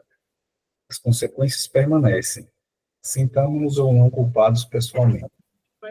A questão se resume em saber se temos coragem para encarar com honestidade o que fazemos e a verdadeira natureza das consequências. Pergunta: penso que a responsabilidade só pode ser definida em termos pessoais, e só o indivíduo é responsável. Não se pode responsabilizar a história ou a sociedade pelos atos das pessoas. Hellinger: sim, a pessoa é responsável quando é livre. Mas se for apanhada num turvelinho de acontecimentos, já não será livre. As pessoas são responsáveis no sentido de que o que fazem traz consequências, talvez mais para os outros do que para elas próprias. A liberdade de escolha, porém, é frequentemente muito limitada. Nós arcamos com a responsabilidade sistêmica pelas consequências de nossos atos, mesmo quando esses atos não foram livremente determinados. Os atos têm consequências. Pergunta. Você então não condenaria os guardas dos campos de concentração, ou melhor, os oficiais que enviaram milhões de judeus para as câmaras de gás? Hellinger. Ao contrário, condeno-os. Eles cometeram crimes hediondos contra a humanidade e precisam aceitar as consequências de seus atos. Ainda assim, estavam enredados em alguma coisa maior que eles. Considerá-los responsáveis por seus atos e, ao mesmo tempo, compreender que estavam envolvidos num mal bem maior é diferente de julgá-los moralmente como pessoas perversas e sentir-se moralmente superior a eles. Você tem que decidir se vai pensar moralmente, legalmente ou sistemicamente. Todas as ações perversas são cometidas por pessoas que pensam ser, em algum ponto, melhores que as outras. E como seus juízes também se consideram melhores, correm o mesmo perigo de perpetrar o mal. A polícia secreta da ex-Alemanha Oriental, por exemplo, fez coisas terríveis. Agora está sendo julgada por suas vítimas. Mas quem delata esses policiais corre grande perigo de tornar-se como eles. A espionagem, a denúncia e a intimidação continuam. Ocorre apenas que outras pessoas estão se encarregando da tarefa. As vítimas de ontem são os algozes de hoje que pensam saber mais, exatamente como a polícia secreta fazia. O mal prossegue inabalável. Quando assumimos posturas de correção moral e agimos como se soubéssemos o que é melhor para os outros, sempre prejudicamos as ordens sistêmicas mais amplas. Pergunta. Quando você trabalhou com Bannon, disse que seu pai era um assassino por ter enviado o irmão excepcional de Bannon para uma instituição durante o Terceiro Reich. Mas, pelo que está dizendo agora, parece-me que o pai de Bannon não era um assassino. Ele não matou o menino. Os nazistas o mataram. Ele foi uma vítima das circunstâncias, como o próprio menino. Quero dizer que, numa dada situação histórica, ele foi arrastado pela moral cultural vigente e colocou o filho no asilo. Não agiu, pois, como você afirma, como assassino. Parece inconsistente chamá-lo assim. Hellinger para o grupo. Prestem atenção porque essa pergunta afeta vocês. Trata-se de uma intervenção leviana que compromete a seriedade do caso. Ele está nos induzindo a debater questões éticas. Quando eu disse que o homem era um assassino, descrevia o efeito de suas ações em seu sistema familiar. Não o estava julgando pessoalmente perverso. Sem dúvida, foi apanhado pelo espírito da época. Mas para nosso trabalho, pouco importa qual tenha sido a sua motivação. A criança está morta. É com isso que nos preocupávamos, com o efeito dessa morte em Bannon. Uma questão de vida ou morte. Uma questão consistente. A criança fora instada a renunciar à vida em proveito da família. Foi um enorme sacrifício. Quando ocorre uma injustiça dessa grandeza, algum membro da família é forçado a dar compensação. E isso Bannon estava fazendo sem saber. Quando um pai mata um filho, ainda que haja circunstâncias atenuantes, o filho continua morto. Tanto o pai quanto os outros membros da família se veem obrigados a suportar esse fato e suas consequências. Reconhecer as dificuldades do pai não muda as consequências. Se assim fosse, a vítima seria forçada a sofrer todas as consequências do problema e o agressor nenhuma. Isso é loucura. Responsabilizar as pessoas por seus atos não é a mesma coisa que julgá-las boas ou más. Obrigada, Gui. Vamos dar uma paradinha aqui, gente. Esse capítulo.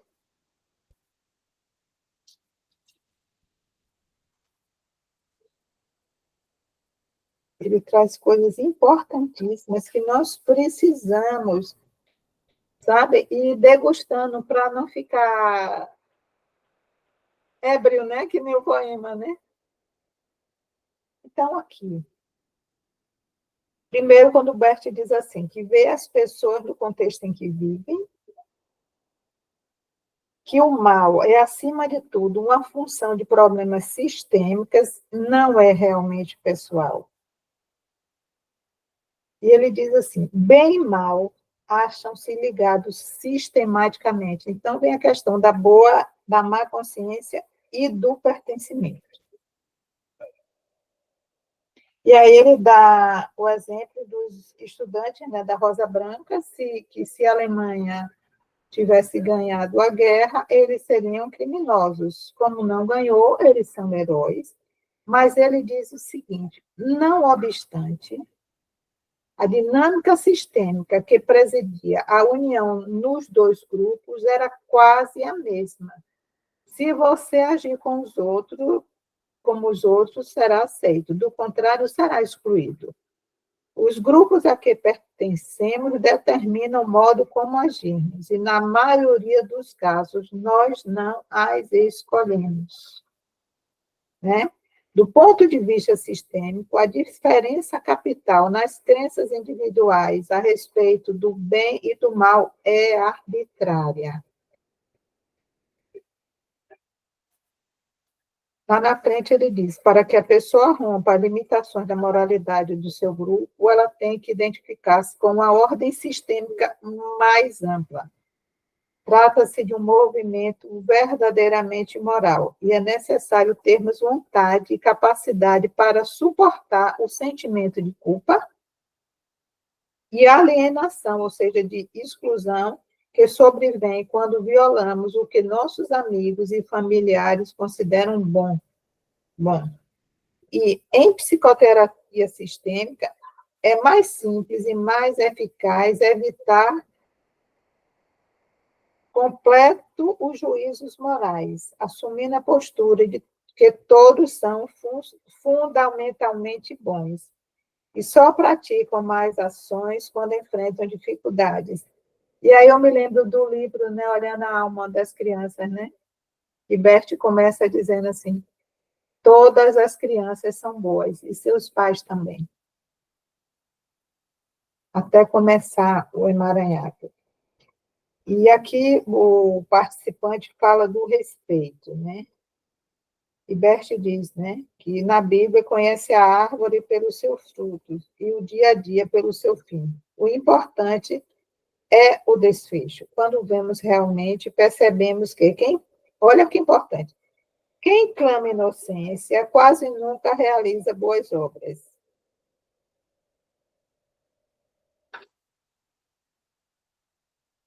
E vocês vão percebendo que as pessoas que vão fazendo a pergunta, naquela época, hoje traz a mesma questão de dizer que Bert defende isso, aquilo, que as pessoas não precisam ter responsabilidade. E eu resumiria tudo, Gui, que você leu nesse capítulo, né, dos atos têm consequências, né? Com essa pergunta, você, então, não condenaria os guardas do campo de concentração, ou melhor, os oficiais que enviaram milhões de judeus para as câmaras de gás? Bert diz, não. Ao contrário, eu condeno-os. Mas você tem que decidir se vai pensar moralmente, legalmente ou sistemicamente. Mas, se você quer fazer esse julgamento de uma posição de superior, considerando-os como perversos. E ele diz, as vítimas de ontem são os algozes de hoje, e pensam saber mais, exatamente como a polícia secreta fazia. O mal prossegue inabalável. Quando assumimos postura de correção moral e agimos como se soubéssemos o que é melhor para os outros, sempre prejudicamos as ordens sistêmicas mais amplas. E esse terceiro e quarto parágrafo, né? Porque na Alemanha, se não me engano, uma criança deficiente precisava ser entregue pela família, né? E o pai de Beno entrega esse irmão, que era deficiente, e esse irmão de Beno acaba sendo morto pela polícia. E aí tem um questionamento, né? Mas você disse que ele era um assassino. E Bert aqui, ele traz uma posição muito, muito didática, né? Se você puder, Gui, reler, por favor, Hering para o grupo, para antes da gente ter uma pausinha aí para um café, é interessante. Preste atenção, porque essa pergunta afeta vocês. Trata-se de uma intervenção leviana, que compromete a seriedade do caso. Ele está nos induzindo a debater questões éticas. Quando eu disse que o homem era um assassino, descrevia o efeito de suas ações em seu sistema familiar. Não o estava julgando pessoalmente perverso. Sem dúvida, foi apanhado pelo espírito da época, mas para o nosso trabalho pouco importa qual tenha sido a sua motivação. A criança está morta. É com isso que nos preocupávamos com o efeito dessa morte em Ben. Uma questão de vida ou morte. Uma questão consistente. A criança foi instada a renunciar à vida em proveito da família. Foi um enorme sacrifício. Quando ocorre uma injustiça dessa grandeza, algum membro da família é forçado a dar compensação. E isso Ben não estava fazendo sem saber. Quando um pai mata um filho, ainda que haja circunstâncias atenuantes, o filho continua morto. Tanto o pai quanto os outros membros da família se veem obrigados a suportar esse fato e suas consequências. Reconhecer as dificuldades do pai não muda as consequências. Se assim fosse, a vítima seria forçada a sofrer todas as consequências do problema e o agressor nenhum. Isso é loucura. Responsabilizar as pessoas por seus atos não é a mesma coisa que julgá-las boas ou más. Então, responsabilizar as pessoas por seus atos não é a mesma coisa que julgá-las boas ou mais. Então, é aquela questão que nós falamos, né, que Bert tinha muito receio de pegarem frase dele e congelar, né?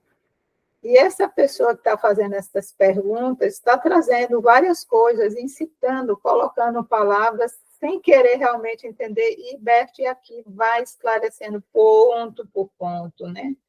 E quando ele diz assim, trata-se de uma intervenção leviana que compromete a seriedade do caso. Ele está nos induzindo a debater questões éticas. Sob o ponto de vista sistêmico, esse pai, né, entrega esse filho para a morte, e isso tem consequências, mas ele não julga se o pai é perverso, se é bom ou se é mau. Então, quem quiser complementar, eu achei essa parte aqui importantíssima para que a gente vá compreendendo um pouco mais sobre esse pensamento sistêmico. Eu achei interessante porque ele falou sobre chamar de assassino como se fosse algo negativo, algo moral, mas assassino é simplesmente quem comete o crime de homicídio, né? É o fato, realmente. Então, assim, aí ele que confundiu isso, né? Ele apenas falou que ele cometeu um crime, mas daí para ser mal é outra coisa. Ele quis, entendeu? Ele quis. Por isso que Bert diz assim, você quer moralmente, legalmente ou sistemicamente? Isso. E ele volta com outra pergunta, assim, bem camuflada, e Bert diz, novamente, ele está sendo, né, ele trata-se de uma intervenção leviana que compromete a seriedade do caso. Em momento nenhum ele está dizendo que esse caso não é sério, mas essa pessoa, como hoje, isso em 1998, hoje nós, consteladores, ainda nos batemos, né? E nos debatemos com esses mesmos questionamentos. Por isso que eu acho muito importante a gente ler, reler, grifar, discutir entre nós, porque cada um vai enriquecendo, e ouvir, né, beber da fonte, que é Bert, né? Esse pensamento, porque aqui onde diz Hering, essa fala aqui não é do Guter e não é do Hunter Beaumont, é o próprio Hering falando. É impactante para mim, até eu estava falando para Paulo no começo, antes da gravação, né? Eu li esse livro ainda como se fosse a primeira vez, e eu ainda fico, assim, embevecida, como ele traz tanta clareza, né? Do que ele diz, e como as pessoas querem o enredar, como se para provar que ele está sendo leviano, que ele está dizendo que não é para ter consequências, Em momento nenhum, tanto que o capítulo, essa parte, né, os atos têm consequências. Agora, eu querer ser melhor do que a pessoa e julgar perversa é outra coisa. Gente, mais alguma coisa?